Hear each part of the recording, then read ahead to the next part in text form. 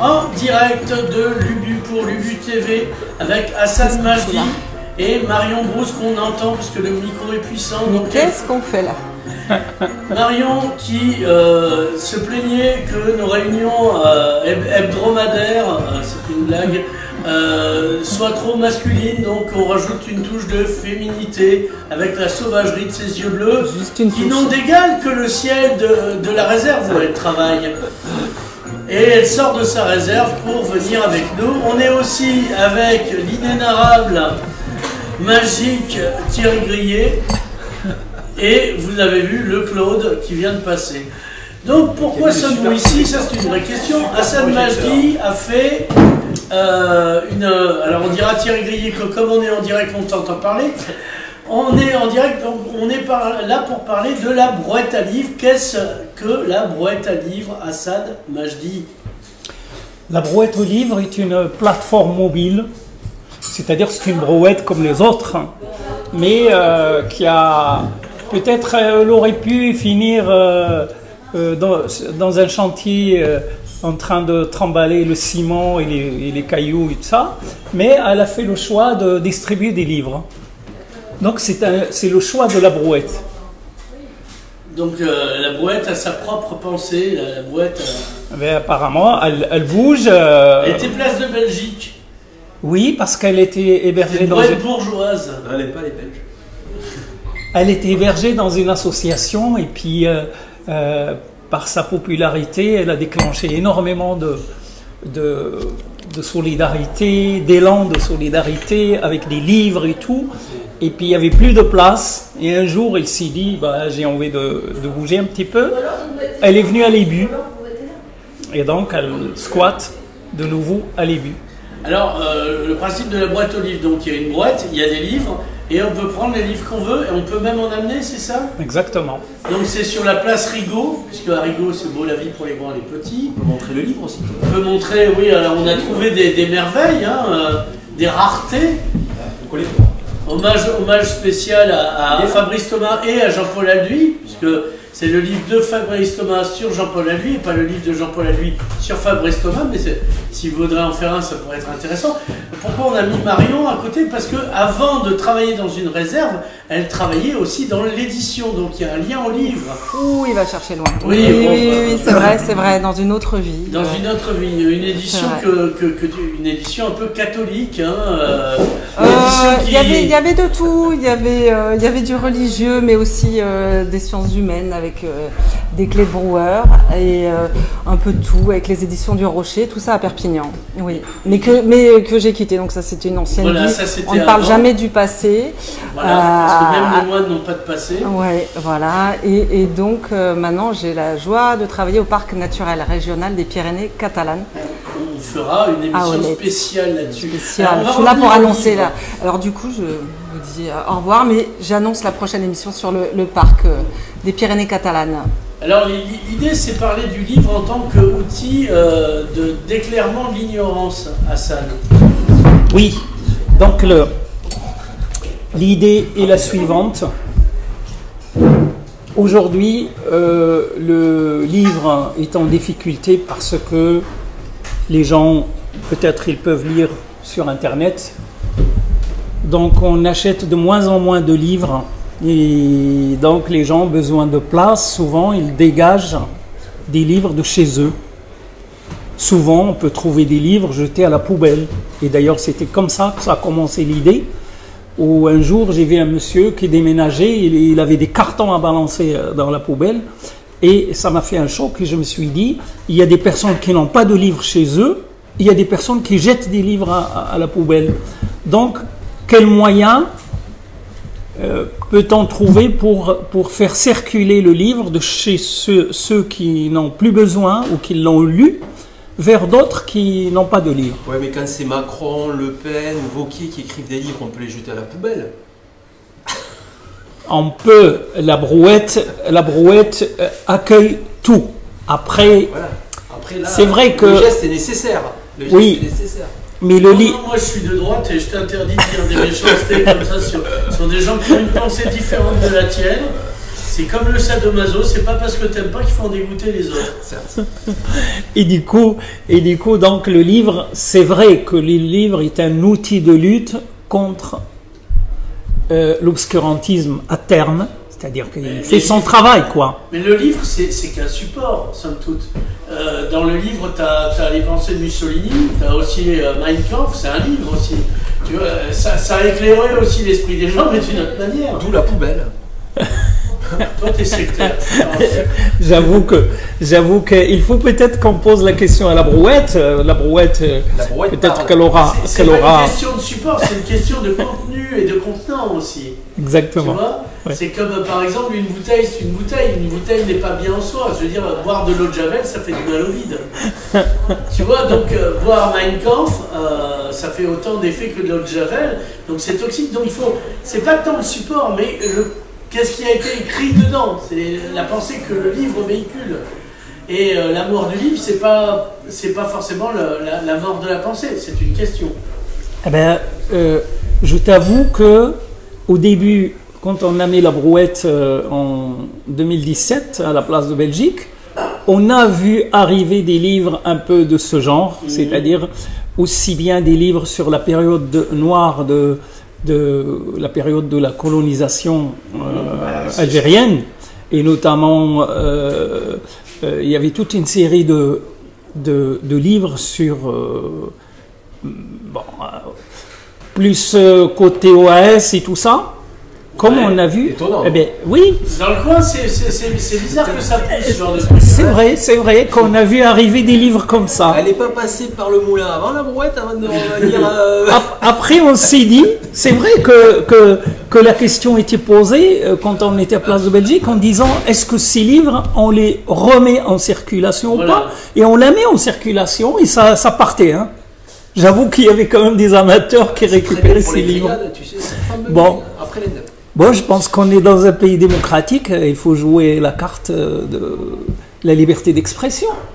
Et après, chacun fait ce qu'il veut avec le livre. Oui, voilà, c'est vrai, on n'est pas obligé de le lire, on peut aussi se torcher, mais bon, ça fait plus mal. Mais bon, il y a des caractères d'imprimerie qui restent. Enfin, ça dépend de la qualité du livre, je veux dire. Du papier. Pour revenir, alors, il y a vraiment tout. C'est intéressant parce que c'est du recyclage, donc c'est très, très écologique. Et on voit beaucoup de zonards qui n'ont pas la télé, qui prennent des livres parce que ils aiment beaucoup. On a fait une photo, parce que ça fait déjà une semaine ou deux que la boîte est devant... 2 semaines, oui. 2 semaines qu'elle est devant Lubu.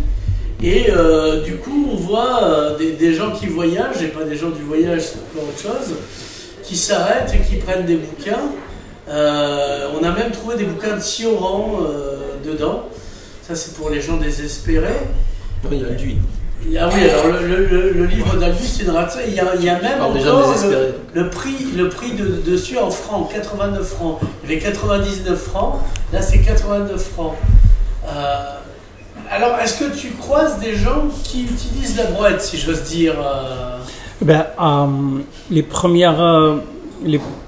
premier bilan qu'on a fait avec Claude et Hélène, qui sont les tauliers, hein. Oui, ceux qui hébergent la brouette à Lébu. Donc apparemment, la brouette a beaucoup de succès sur la place Arago, puisque c'est une place... Rigaud. Pardon, c'est place... Arago aussi. Arago. Oui. Arago. Sur la place Rigaud, parce que c'était une place où il y a beaucoup de mouvements, de circulation. C'est un carrefour entre le quartier populaire en haut, le centre-ville. Il y a beaucoup de gens qui passent. Et il y a la proximité de la médiathèque. Il y a le campus, les étudiants. Je pense que la brouette va s'épanouir sur cette place. La place Rigaud est au confluent des 3 fleuves, Saint-Jean, La Réal et Saint-Jacques. Exactement. Donc c'est le point de rencontre, c'est un peu la chute d'Iguazou de la pensée locale, si j'ose dire. Celle-là, elle était acrobatique, remarquez. Et hop, je me rattrape au trapèze. Donc, comment tu fournis en livre? C'est pas une corne d'abondance, il n'y a pas un vortex qui s'ouvre avec livraison de bouquins. Est-ce que les gens maintenant savent que tu existes, pas en tant qu'humain, mais en tant qu'institution livresque? Écoute, Ils viennent te fournir. écoute là, au démarrage de la brouette, Thierry nous a fait un article sur l'Indépendant avec mon numéro de portable et les gens m'appelaient, je passais chercher des livres chez eux. Sinon, ils nous livraient, c'est le mot de le dire, ils nous livraient les livres directement à la brouette. C'est ce qu'on fera pour l'EBU, puisque c'est une institution réputée de la place Rigaud, et les gens porteront des cartons de livres ici. Ça serait un petit peu un geste aussi de partage, parce que quand vous allez en quelque sorte récolter chez vous des livres pour faire de la place, ou que vous les avez déjà lus, ou que vous souhaitez que d'autres les lisent, et vous les amenez sur la brouette, ça veut dire vous donner. Et dans ce geste de don, de partage, il y a une dimension de lien social.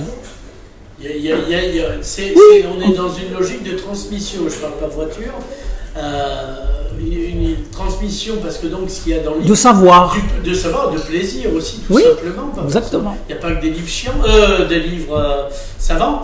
Donc c'est aussi, la lecture, c'est du plaisir, c'est du temps à soi.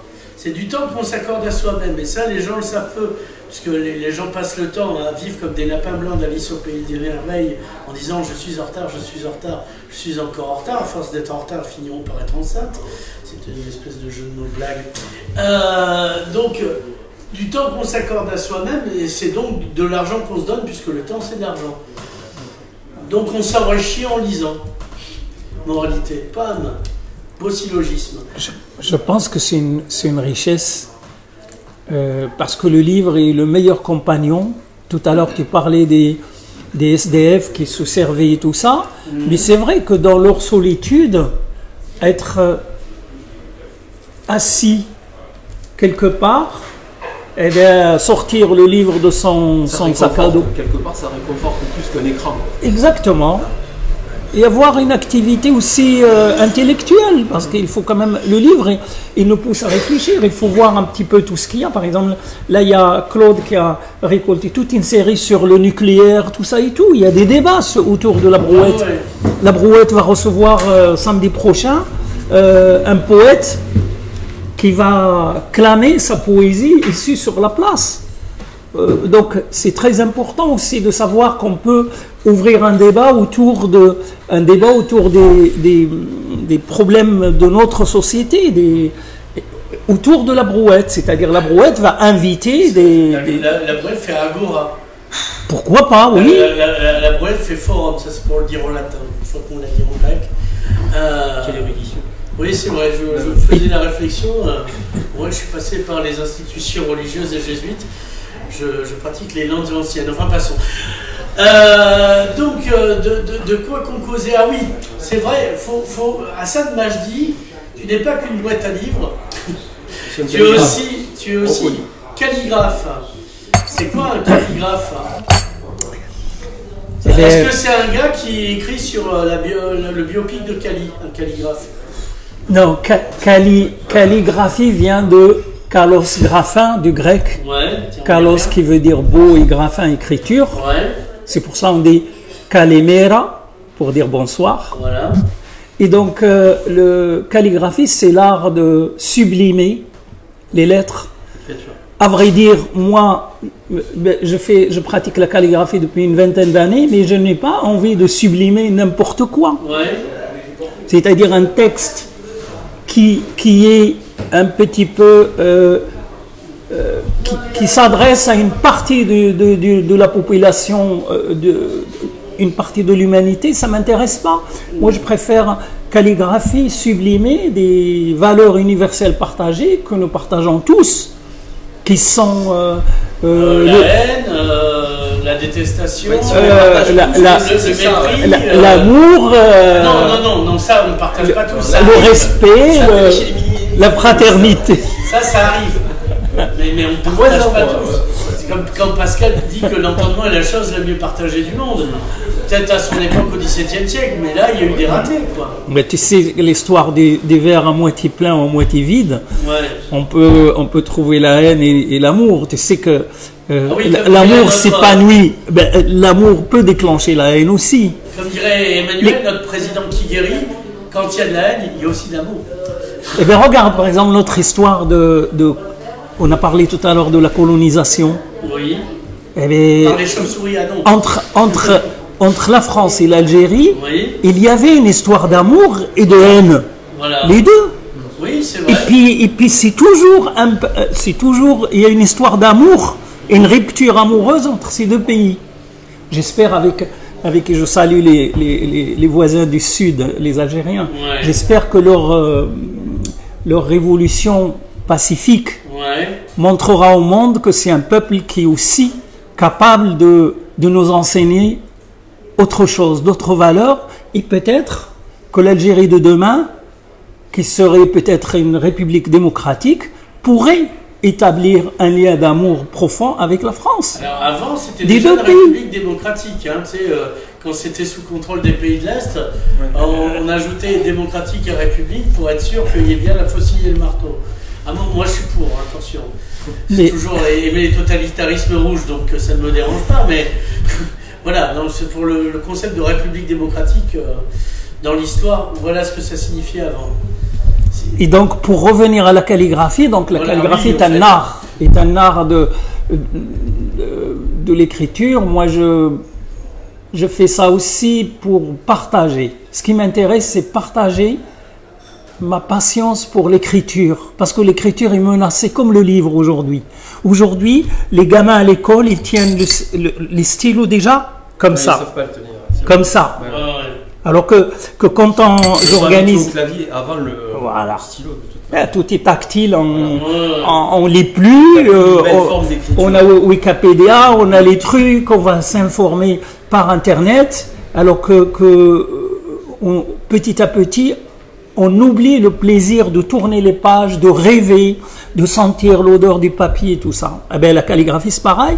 C'est un métier du Moyen-Âge, tous les Oh, même avant, j'ai connu en Égypte des scribes très sympas. voilà, les moines copistes, ben, c'était les fondateurs de la calligraphie latine, comme l'équivalent dans l'islam. C'est la religion a toujours été intimement liée à la calligraphie, l'un avec l'autre. Oui, parce Puisque- qu'il a toujours rêvé de contrôler la connaissance aussi. Oui, mais transmission du le savoir texte religieux, sacré, la transmission du savoir la religieux. transmission du savoir. Et la conservation du savoir pour soi, voir le nom de la rose. Voilà. Pour moi, le livre est le meilleur compagnon. Mhm. Et la calligraphie nous permet de transférer et surtout transmettre. C'est un peu une histoire de traçabilité, de dire si ce que je pense, si je ne le note pas, il ne pourra pas être transmis aux autres générations. Nous devons transmettre aussi des valeurs de la belle écriture, Ouais, de beauté. Oui, de beauté, d'harmonie, parce qu'il n'y a pas que le virtuel, il faut vivre aussi avec le concret. Oui, c'est mieux d'avoir mangé en vrai avec toi, que ce qu'on a fait tout à l'heure, que de se voir par écran interposé. Exactement. Donc les gens peuvent venir aussi à l'Ubu, te rencontrer en buvant un café ou une bière, c'est selon, mais pas les deux mélangés parce que c'est Et- franchement dégueulasse.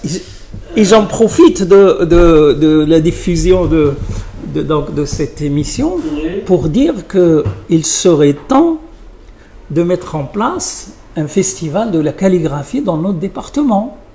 S'il y a des preneurs Ouais. autour de Perpignan, tout ça, je suis prêt parce que j'ai un réseau de calligraphes dans plusieurs langues et je pourrais participer activement à la mise en place d'un festival de l'écriture et de la calligraphie. Plastigo, à l'Ubu, tout ça. Ouais, ouais, c'est c'est pas pas moi possible. qui décide. Alors, Ça pourrait être pas mal. Voilà, moi ça me dérange pas, ça fait pas de bruit la calligraphie. peut-être c'est lancé au... Oui, aux hommes politiques ou aux Voilà. femmes politiques. Oui, Oui, ou aux candidats pour la municipale. potentiel, oui. D'avoir des idées, oui, oui, tu peux leur donner des idées, t'as pas peur, toi, qu'on les pique, oui, je comprends. C'est pas grave. Hein. Les idées, ça se partage aussi. Les idées, ça se... Eh ben, oula, ce type va loin, ce type est dangereux. Hassan Majdi, merci. Thierry Merci Grillet, beaucoup. merci. Marion Brousse, où que tu sois, merci. Et on se dit à demain, plus ou moins vers la même heure, pour un direct avec Olivier Amiel, et qui, ce coup-ci, techniquement, fonctionnera, puisque nous avions des problèmes techniques. À bientôt, Place Rigaud. Au revoir. Merci, UTV. Merci.